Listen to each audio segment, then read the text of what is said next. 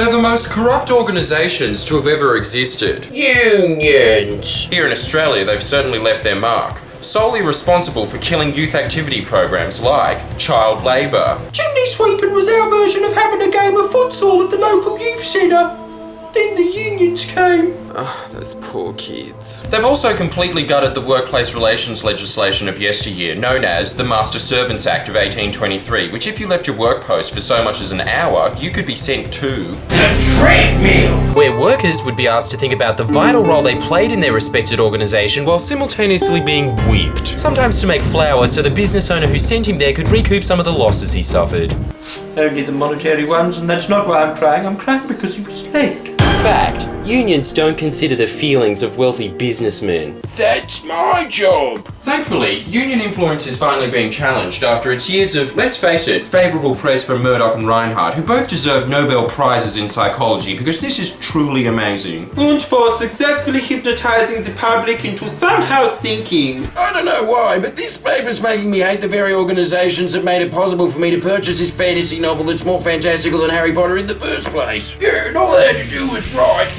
If it wasn't for my boss forcing me to write this article, we could be discussing whether or not Serena Williams is a babe right now. But no, the unions have to be corrupt. Bloody unions always stepping on the working man! Thankfully, Tony Abbott's vitally needed Royal Commission into union corruption, Which is designed to shine a great big spotlight into the dark corners of our community. has found results that will blow your mind. My God, it looks like every single dark corner of our society is Labour Party affiliated. This has got to be one of the most convenient coincidences in history. Oh, well, get rid of them then. They're not even needed. Channel 10's Andrew Bolt, who's hired by a woman who had thousands of Chinese workers imported here and paid them half the price Australian workers are, said they aren't. So I'm not paying their fees because I'm a financial genius. Modern Australian money-saving logic. Gamble all of your workers' rights right down to minimum wage over the few bucks it costs a week to be a union member that are tax deductible. Besides, haven't you heard? Being a scab is cool now. Basically because hip trendsetters like Alan Jones and Chris Kenny have been harping on for decades about how unions are only looking out for their interests. Which, their interests, by the very fact that they exist, is your welfare. No, absolute rubbish. They don't care about you as much as people who don't want you to have any rights at all, to the point where teachers will have to start giving lessons in class about. Okay kids, I know we've gone through this 1,000 times, but the difference between a human being and a worker ant is that the worker ant has 6 legs. It's the only way you can tell anymore. So the next time someone with 6 legs asks you to pour a teaspoon of sugar on the ground, you don't have to do it. It's not your dad who you've never seen before because he's been too busy toiling in a mine for 20 hours a day and has evolved to be the size of an ant so that he can afford to pay the rent of living in a cupboard with 30,000 other tiny human beings, and Gina Reinhardt opens it every now and then just to remind them that, Well, I'm sorry, but we've got to compete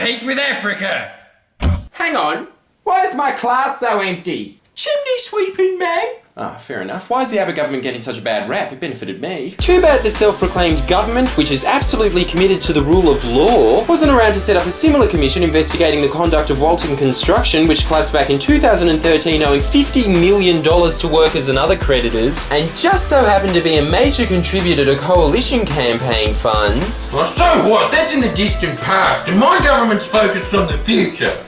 Now, if you'll excuse me, I'm off to knight some people. Yes, do that, Tony. It's at least not destructive. Or the fact that right up until 2013, just a mere 70 years after smoking was linked to cancer, the Liberal Party would accept huge donations from cigarette companies, which... Common sense time! What do you think is more corrupt? Is it A? Excuse me, mate, we want to win this building contract. Can we give you some money to ensure that we do, to something that's going to be built anyway? So who cares in the outside community who built it? How's that a page 1 story?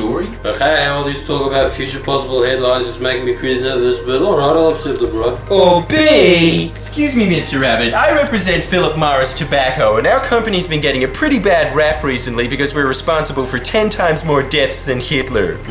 We were wondering if we could give you large campaign donations in exchange for you not inhibiting our target of killing over 1 billion people by the end of this century. Well, allow me to show you what packages we have on offer at the moment, Mr. Morris. I'm sure the Royal Commission into Union Corruption will find something worse than that. Yeah, I'll make it find something. Exactly like they did under Howard, with the Coal Commission finding corruption so deep-seated and widespread in the union movement that literally 0 union officials or delegates were prosecuted. Exactly.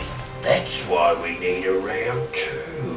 making a grand total of $156 million of your money being spent to convince you that the very people that were beaten, impoverished, intimidated, and even killed to give you superannuation, parental leave, Medicare, paid annual leave, penalty rates, unfair dismissal avenues, and ensure safety at your workplace so you won't be killed by your boss trying to save a couple of dollars. Me putting silly string in the fire extinguisher wasn't a cost-cutting measure. It was a prank.